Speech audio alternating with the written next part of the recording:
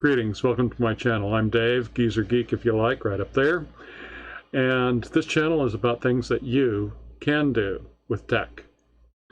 My chief interests are Linux and the hardware it runs on, but I also do support for people who use Microsoft products, and so I have some videos on those kinds of topics as well. Windows and, today, productivity packages like Office. So, what do I have for you? The good people at Redmond want to get you to move to their flagship product, Microsoft 365. Questions. Is that what you want to do? And do you have options? I don't know if that's what you want to do. You'll need to weigh the pertinent information, and I'm going to try to share some of that with you today so that you can make a choice that fits you. I know that Microsoft Office no longer fits me, and I made a move away from supporting those fine folk at Redmond quite some time ago. That's another whole topic. But it does point to the fact that, yes, there are options. And in brief, here are the basic options in front of you. You can stay with your now unsupported productivity software. Stay the course.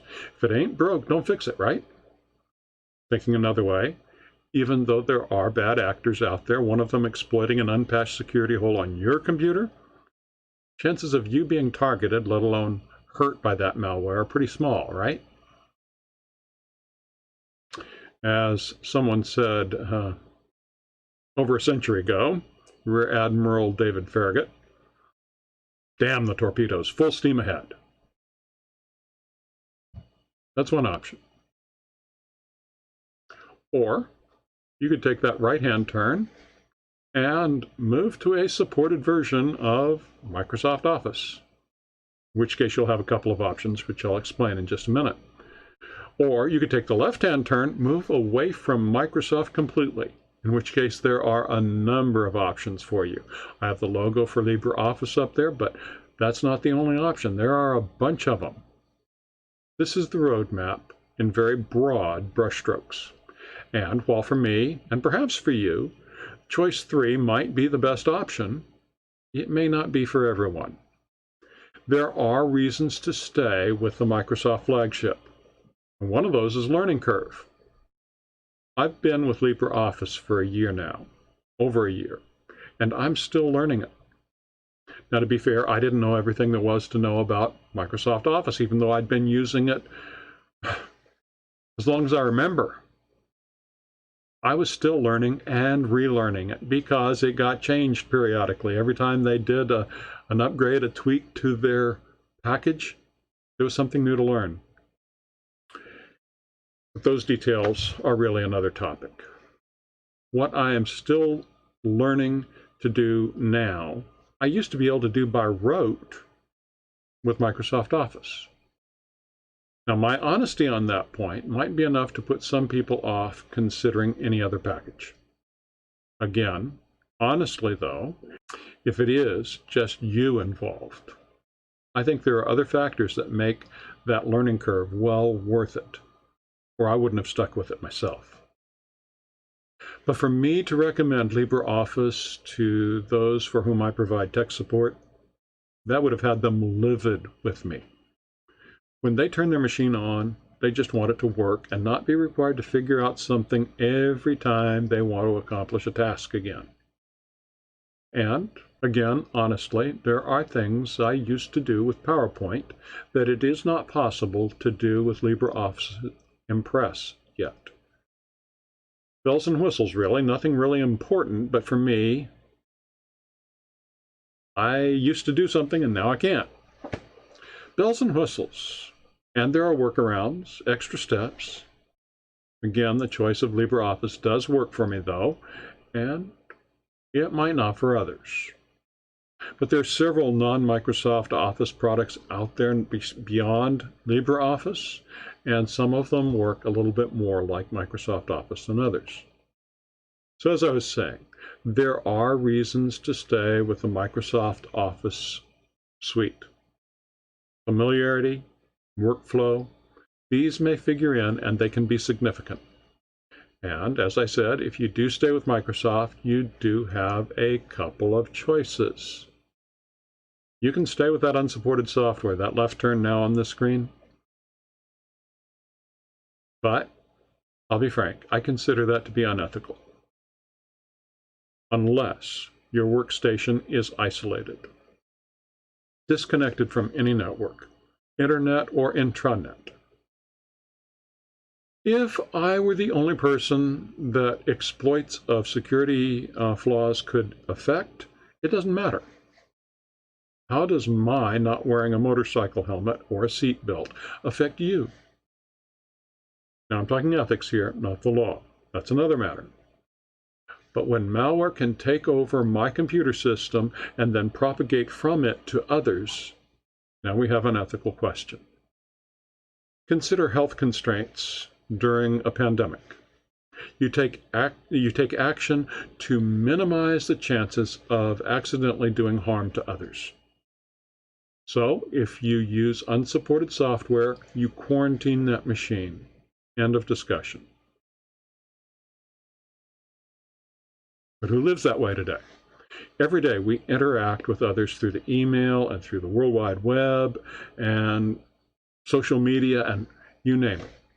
So the only responsible choice, the only ethical choice, is to move to supported software. So you want to stay with Microsoft? You want a supported product? You have two choices. You can make the purchase of Office 2019 and have it through its life cycle, which happens to be through sometime October of 2023, at which point you'll have to make a decision again. Or you can make that right-hand turn and go with the subscription model, Office 365, or what they call it now, Microsoft 365.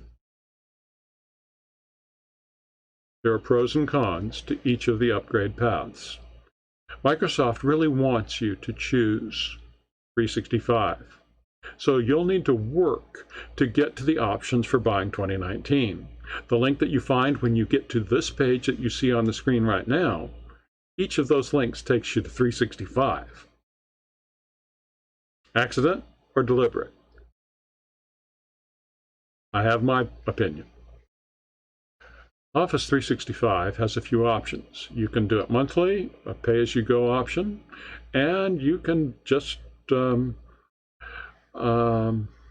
it annually. You can do a family version for up to 6 computers. But this is a repeating outlay, monthly or annually, for as long as you care to use the product. It's a subscription, like a magazine. Office 2019 has options as well. The Home Business option offers Outlook. And if that's important to you, you'll want to go that way. Home and Student does not offer it. Now, there are other differences as well, and those differences may make enough difference to justify the $100 difference in price tag between the two options. $149 instead of $249. $100 difference. But there are some significant differences in what's included. With Home and Student, it's just the 3 basic packages: Microsoft Word, the spreadsheet, and the presentation product, PowerPoint. Now, it is important to note the life cycle policy has changed. With 2010, you had a 10-year support window. 2019, their support is only through October of 2023. You'll need to make a choice again in a few years. And if you want extended support, then that's through 2025. So are there other options? Yes.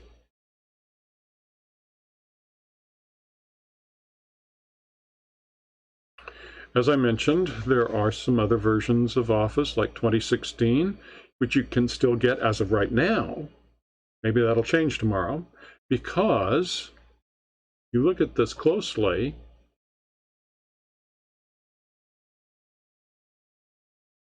end of life cycle.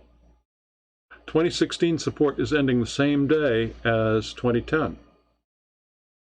Now, it does have the option of extended support, which is not available for 2010, but is that available for you? I don't know. So where does that leave us? This chart shows you the basic costs. The professional or business versions include Access and Outlook, among others. And if those additions are important to you, it will affect your choice. Interestingly, 365 Home Family also includes Outlook, but not Access. What 365 also comes with is a greater degree of intrusion from Microsoft. With Windows 8, Microsoft started using the process of logging into a Microsoft account in order to use your operating system.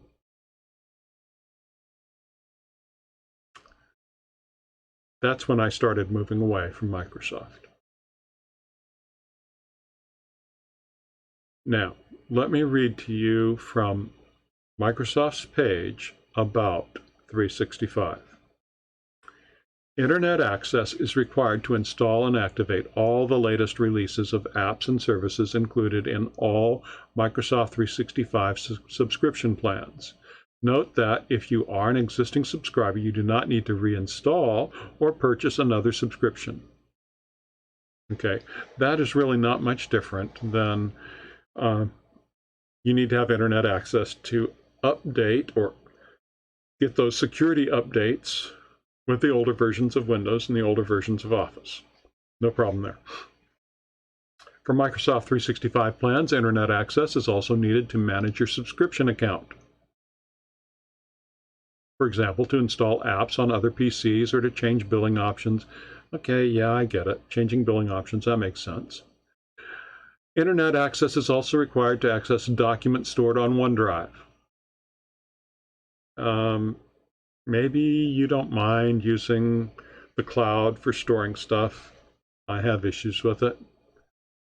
You should also connect to the internet regularly to keep your version of Microsoft 365 up to date and to benefit from automatic updates. If you do not connect to the internet at least every 31 days, your apps will go into reduced functionality mode, which means you can view or print documents, but you can't edit them or create new ones. To reactivate your apps, simply reconnect to the internet. You do not need to be connected to the internet to use Office apps such as Word, Excel, PowerPoint, because the apps are fully installed on your computer. Now, some people will say that I am excessively paranoid, but I do not like Microsoft's intrusiveness and requiring that I be involved with an account with them in order to use the software on my computer. Are you willing to have a Microsoft account? Are you willing to be a subscriber rather than buying one time and then having it for the lifetime of the product? And how paranoid are you about the big brother intrusiveness of Microsoft? These are all issues for me. I consider them to be important considerations. So at the end of the day, even at Microsoft over-the-counter prices, I'm choosing 2019 for the upgrade for those who receive tech support from me. But wait, there's more.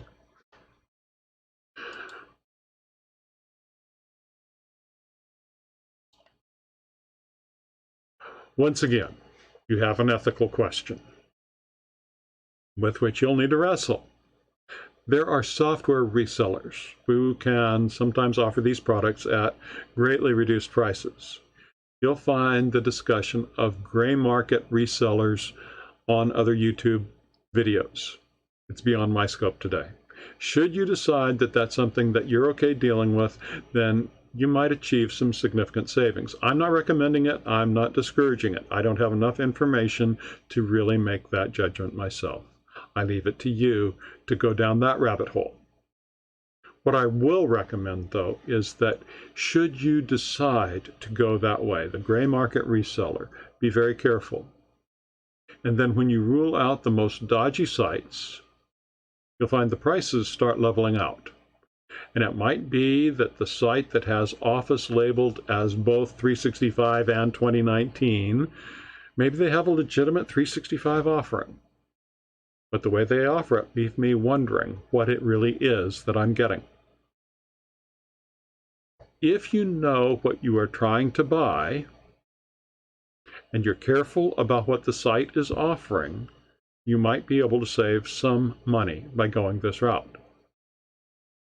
The real monetary savings, though, is going to be from that other road, the road not taking, the one leading to LibreOffice, OpenOffice, OnlyOffice, and a number of others.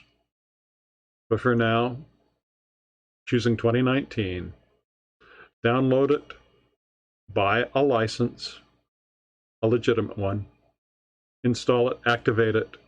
You're good for another 3 years. Then you'll make the choice again. I hope this has helped. Thanks for watching. See you next time.